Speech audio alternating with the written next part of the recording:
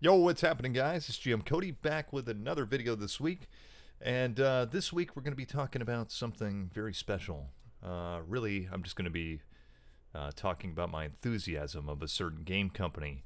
And that game company is, as you might have guessed by the title, Palladium Games. And here's some of my favorite Palladium games, and we'll take a look at those in a minute. But Palladium Games does hold a special place in my heart because it was one of the first game systems, like many of you out there, that I played and was exposed to. And I haven't played Palladium in a long time. And with the recent, Teenage Mutant Ninja Turtles Redux coming out, it really has hyped up my enthusiasm again for Palladium games. And I thought I would just kind of express to you guys my love of Palladium games. We're going to talk about that. We're also going to talk about some of the games I grew up playing and my experiences, in my exposure to Palladium games. So, first off, we've already covered one of these games here on the channel, and that was Teenage Mutant Ninja Turtles and Other Strangeness a few months ago. And, of course, this is one of my favorite Palladium games, of course. And that was before I knew they were doing a reboot of it. And that's really awesome. I'm really excited for that, even though sadly I couldn't back the Kickstarter because, I'm broke. But I'm looking forward to when it hits the shelves, and whenever I have some extra funds, I'm definitely going to be purchasing that. I'm very psyched for it because it's one of my favorite, if not one of my most nostalgic role-playing games, and I guess it is to many of you, so that's really awesome. But my history of Palladium goes, way, way back. And it all kind of starts before I started playing role-playing games at all, and even knew what role-playing games were.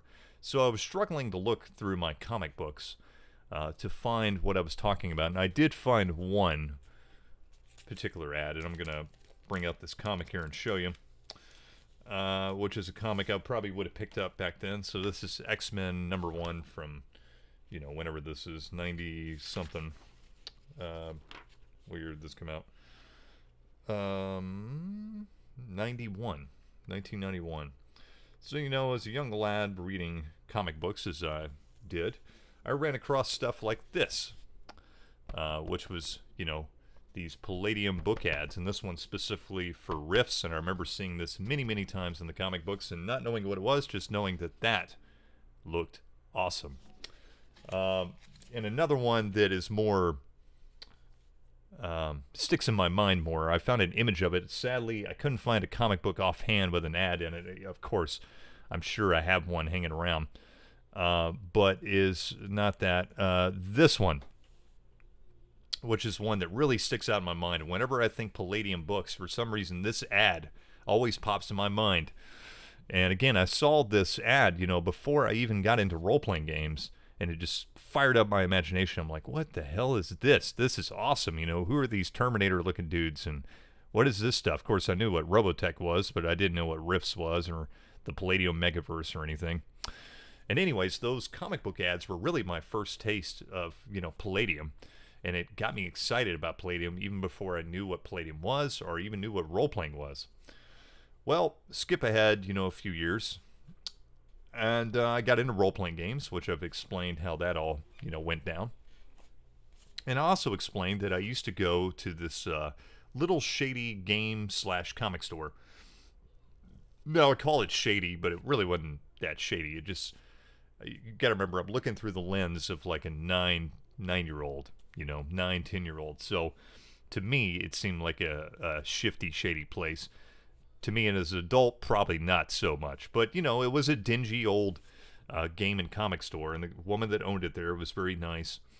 And that was the first, game store that I went to, and that's where I was exposed to, my first, role-playing products when I was going to seek out my own stuff when I first got into gaming. So I remember specifically, had to been, I think it was the first time I went in there. Maybe it was, the second or third time or whatever.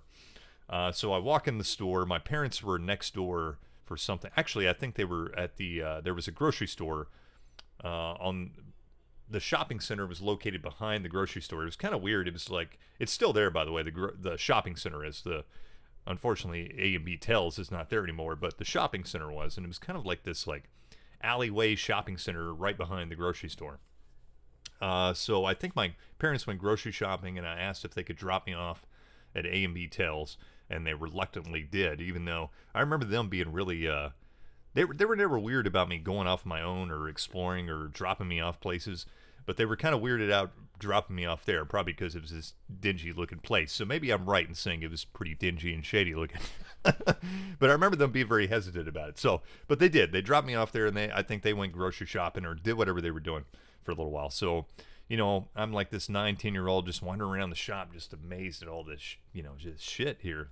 And of course, I was really interested in what the older guys were playing and doing. And of course, I told in my first Gaming Origins video that, the shop was kind of like the hangout for all these like misfit kids. It seemed like to me, like there were kids there that like wearing denim jackets and heavy metal shirts and had long hair and piercings and stuff, which I had never been exposed to all this in one place. So it was cool to me, though. Like that's what I aspired to be, right? So it was cool. So anyways, they were all nice to me, though. They treated me nice and everything. Usually didn't let me participate in the gaming activities, but they would let me watch and let me ask questions and let me look at their stuff and books and everything. So I'm watching the kids play, and I'm walking around the shop, and I'm not going to mention the owner's name. I don't know what her whereabouts are, or if she's still around or not, or what. But she said, for some reason, she goes, hey, she started talking to me and asked me questions.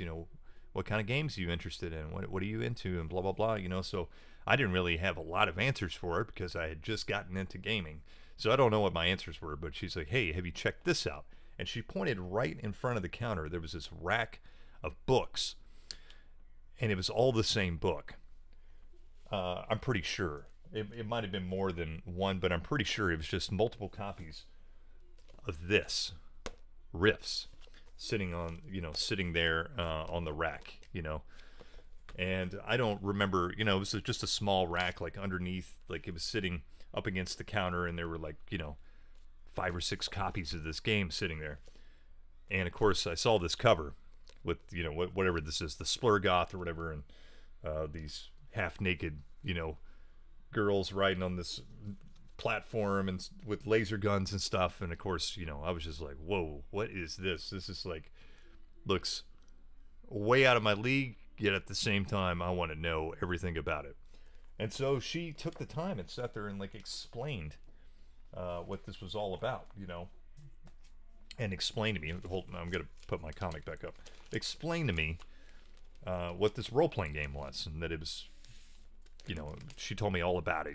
The rifts, and how it was this kind of post-apocalyptic world, and you could be anything, and it was multi-dimensional, and about the coalition. And she was telling me about all the different characters you could play, like the Glitter Boys and the Juicers and the Cyber Knights and all this stuff. And I was just blown away. I was like, man, this sounds awesome. Sign me up.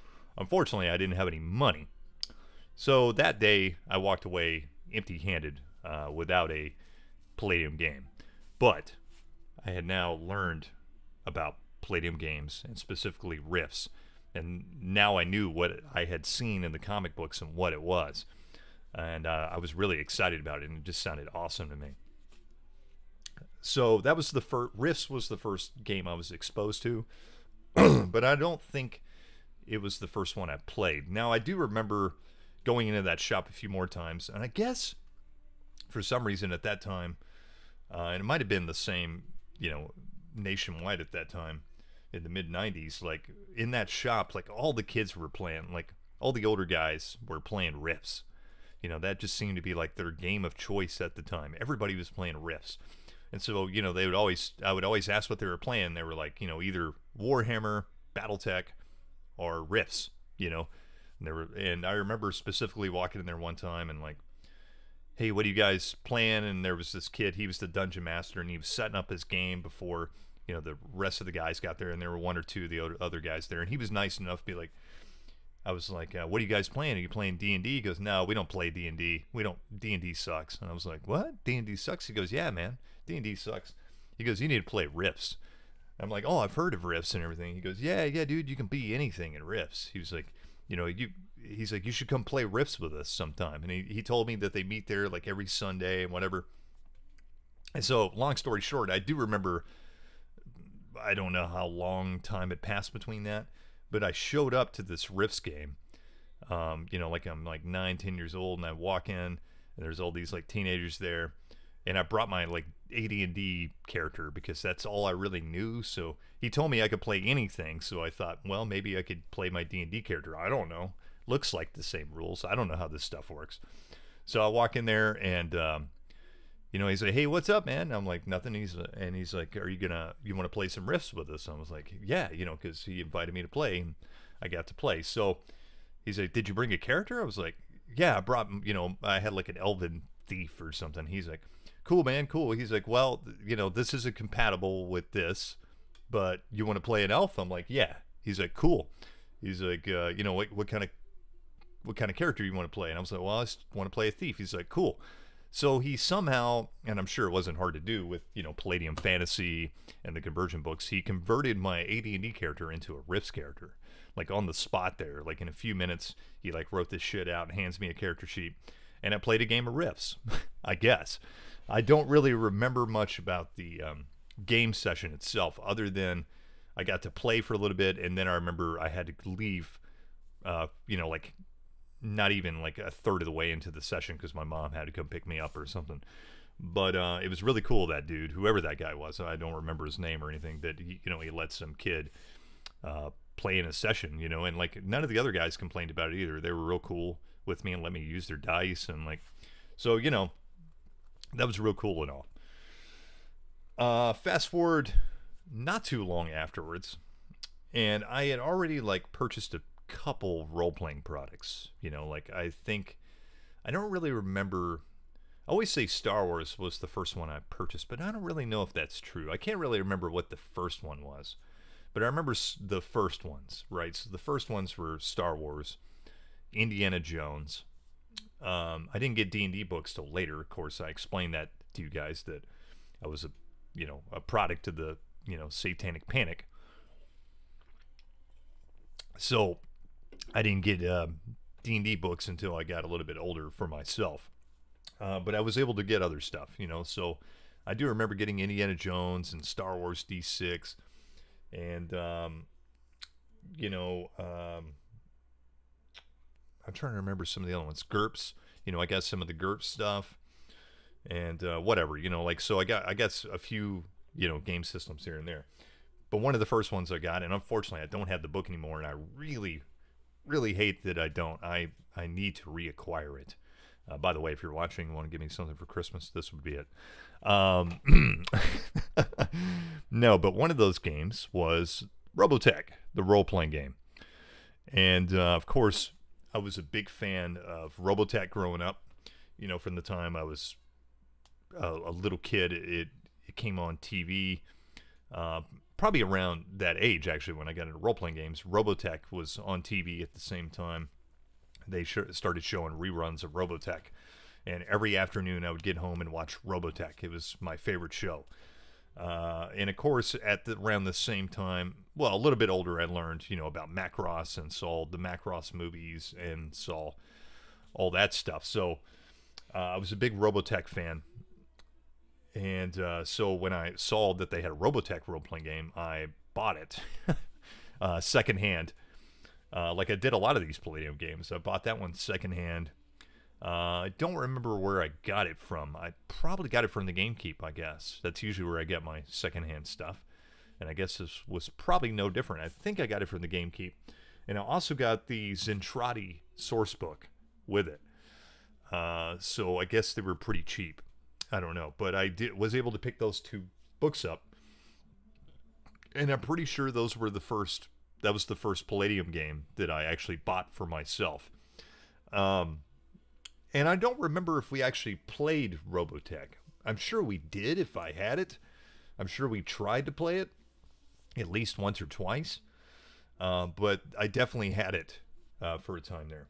Now, I've told the story a little bit, but around that same time, my neighbors next door, who I've talked about a lot, Andy and Vince, they were the first guys I gamed with. I basically just kind of like, hey, check this out. It's role-playing games. Like, let's do this, and kind of like, what would you call it? Press ganged them into role-playing with me. Of course, they didn't complain. They loved it, but, I definitely like forced it down their throats a little bit because I wanted somebody to game with, and they were the first guys that I gamed with, those two guys. And funny enough, we get to game again now that we're adults.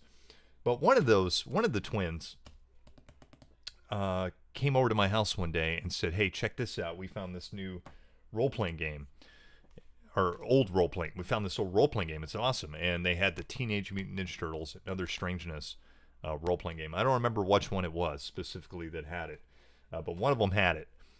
And they brought it over, and they're like, look, it's a Ninja Turtles role-playing game. And I'm like, holy shit. Of course, I didn't know at the time that, this was all connected, that this was all Palladium books, that this was the same game system as Robotech. Didn't take me long to put the pieces together. But when I saw Ninja Turtles, I was blown away, right? I was like, oh shit, this is awesome. And we definitely played Ninja Turtles quite a few times when we were kids. And so, that was probably the one we played the most at that age, as far as like the Palladium games, was Ninja Turtles. Now, when I got a little older, not very much older, I was able to acquire Riffs. And I bought this secondhand too. I think I specifically remember buying this from The Great Escape, which The Great Escape is a... a lot of people watching this probably aren't familiar with it, but it's a chain of like stores around here. They're like collectible stores, and they've been around for a long time, over 40 years. And they are still basically in the same location they have been here in the Nashville area. They used to have like 3 stores here in Nashville. Now they only have 2.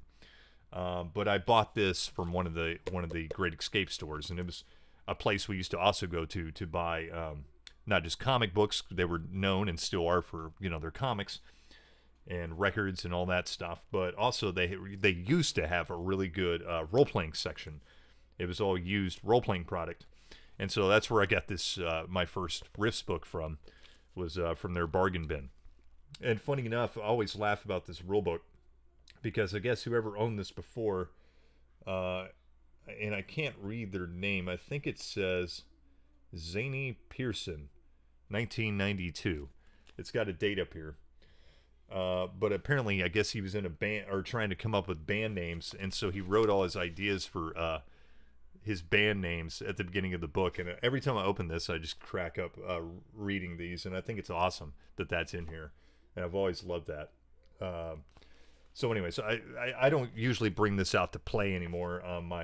I've got the ultimate hardcover, on the bookcase over there, and that's what I usually bring out if we're going to play, Riffs or whatever. But that was the first, copy of Riffs I had. And I didn't actually get to play Riffs. I think we tried to play Riffs a little bit, when we were teenagers. I don't really remember, to be honest. But it wasn't until high school that I was able to really play like some proper games of Riffs. And what happened is, I've talked about it, that, I used to hang out with this older group of guys when I got to high school. It was a totally different group of guys than when I was hanging out in middle school, for the most part. Even though, I've said before, the guys in middle school, I had like another group that we would game every once in a while. And a lot of those guys would join us too, the older guys I was hanging out with. But amongst this older crowd, I had a friend named, I made a friend named Chris. And he was, the same age as all these other guys. And Chris was a really funny guy. Unfortunately, he's no longer with us anymore. And that's real sad, because he was a really, really interesting dude. He was very quirky, to say the least. Very dorky dude, too. Very stereotypical dorky dude, but he was awesome. And Chris was probably one of the biggest Riffs fans I've ever met. There were 2 games that Chris really loved, and that was Champions and Riffs. And he was always trying to talk us into playing one or the other. Now, Chris had and I'm pretty sure he did. I'm pretty sure I'm not lying to you. I think at that time, like, of course, this is back, 20 years ago or whatever. He had every Riffs book ever at that time. It was just, it may not seem crazy now, but, as teenagers, we were just blown away that this guy had like the whole collection of Riffs books. And I remember, finally, I was excited about playing Riffs, and finally we talked our GM into running Riffs for us. And Chris shows up to the game session and pops open his trunk and has like, it's just like stacks of fucking Riffs books. I was just like a nerdvana, and going over to his house too and looking through his Riffs books was awesome. He also, I remember him having quite a few like Champions and Heroes books too, but his Riffs was like his pride and joy, and he had like all the Riffs books. And so finally in high school, we get to play some Riffs. Now, what ended up happening is nobody else wanted to play Riffs in that group for some reason, but the GM and me, while everybody else was at work, all these guys lived together, in a like a trailer house.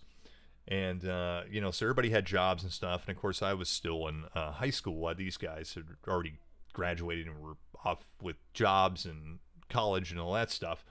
So a lot of times they'd be gone during the day, except for Jason, our GM. He was home a lot of times. So for whatever reason, he did have a job, but like, I don't remember if he worked different hours. I really don't remember. But anyways, me and him, it was like one summer, and me and him are like hanging out a lot because everybody else is at work, and we'd be driving around doing stuff, or we would just game. We play video games, whatever, or we would do like one-on-one gaming sessions. And so one day he's like, I was like, let's do a gaming session. He's like, all right. He's like, what do you want to play? I'm like, I want to play Riffs. And he's like, okay, let's play Riffs. So I rolled up a character and he made some shit up, and we started this like really long running like Riffs campaign, just me and Jason. And it was like one of the most memorable like campaigns I've ever played in. It was just me and him for a long time. I don't know how long that campaign lasted. It lasted a good while. Just me and him. Basically, when everybody else was off doing their other stuff and couldn't game, we would be like, all right, let's continue the Riffs game. So, and I was the player and he was the GM, and I played I think I played a wilderness scout, if I remember right. I'm pretty sure that's what it was. So it wasn't like this super powered like crazy dude, and it was a really awesome campaign.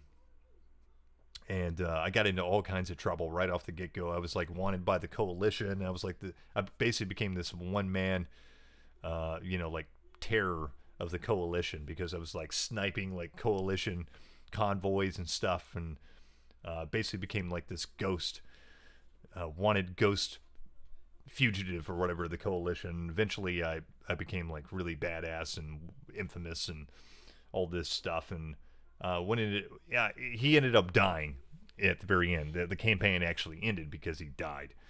And I don't remember exactly how he died. I just remember like I was just like, this is badass. Like I didn't care that he was dying, because he was going out guns a-blazing, and he also took out the main big bad guy with him. I think like the main bad guy was like trying to open up a rift or something to like swallow the, I don't really remember, but he like somehow like imploded the rift and like created this giant like atomic explosion. And so he killed himself, and he killed the bad guy, and he killed everybody else like within a couple miles radius. But it was awesome. It was great. So I definitely remember that. So after that campaign, we actually everybody else was like, oh, Cody keeps telling us about this Rifts game. We want to play Rifts now. And so we started another Rifts game that lasted a good while too. And we played a few other Rifts campaigns. So from that point on, we started playing Rifts a lot. And my other character I remember was a ninja juicer. I played this ninja juicer. And I still have the Rifts Japan book that it's Chris's book. And I don't know if I just accidentally, or I don't know if I accidentally just kept that book or whatever, because I was using it all the time at the time, because I was playing that ninja juicer. I needed all the stuff for it. Or if like I maybe had bought it from Chris, because I bought some books from Chris and traded some stuff every once in a while because he needed gas money or whatever. So I still have a few books in my collection that belong to Chris, and that one did belong to Chris. So it's really cool to have, one of his books that we used to play those games with that belong to him. So it's cool to have part of his collection. I think Jason has the rest of his collection, by the way. So it's cool that it's in good hands. And from what I understand, I haven't talked to Jason in a long time. From what I understand, he's still running Rifts with his gaming groups now. So that's really cool. Another game going back to my childhood that we used to play, and I think I got this around the same. I got this when I was a little bit older. I was probably 11 or 12. And in a used game store, I picked up the revised Recon.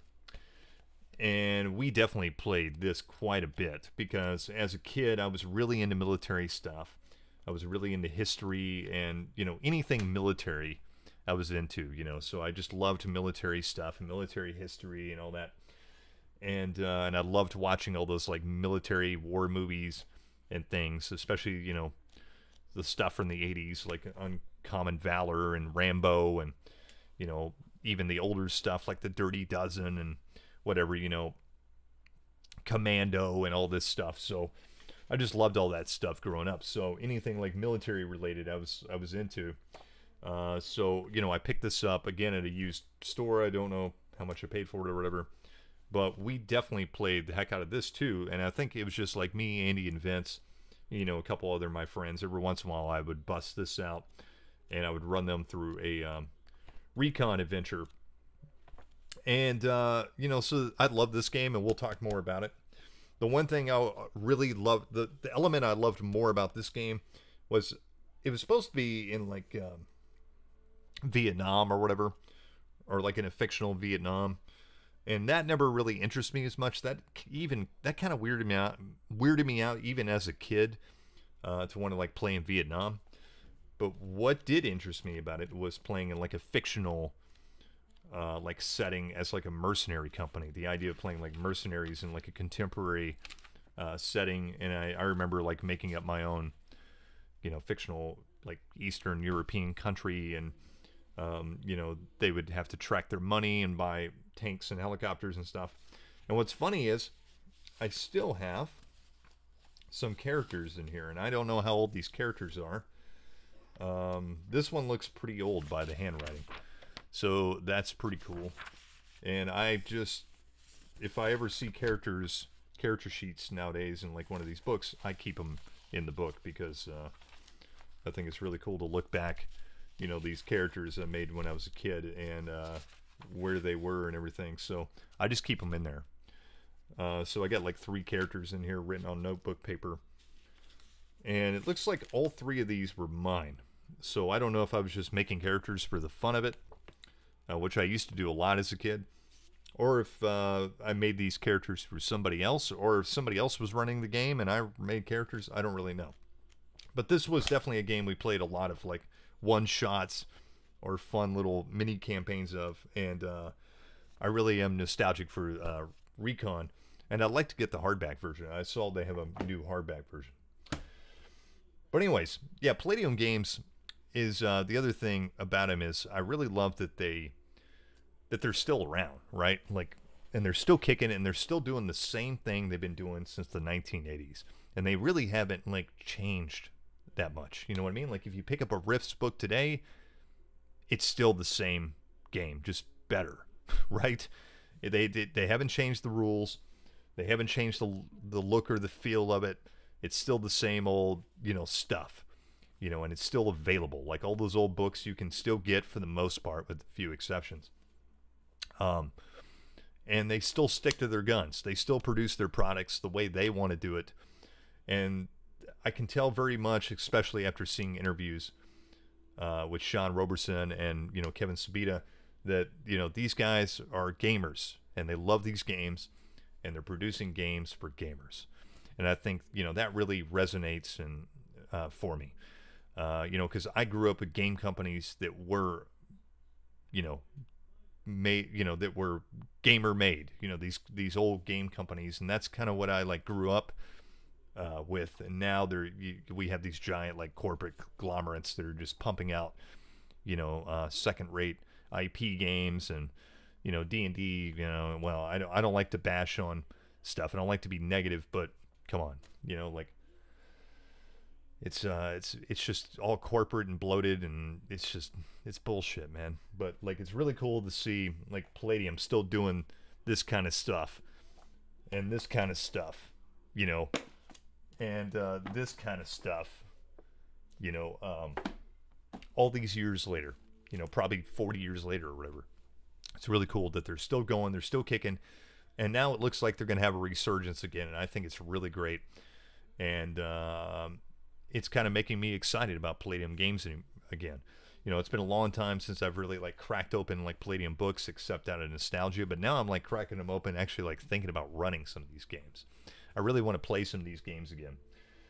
And you know, so another honorable mention here, and I've played a bunch of other Palladium games, is Palladium Fantasy, which is a game I never actually got to play. I never got to play Palladium Fantasy. I bought this in high school, and it looked really cool to me, of course, because I liked Palladium, and you know, this was more of that.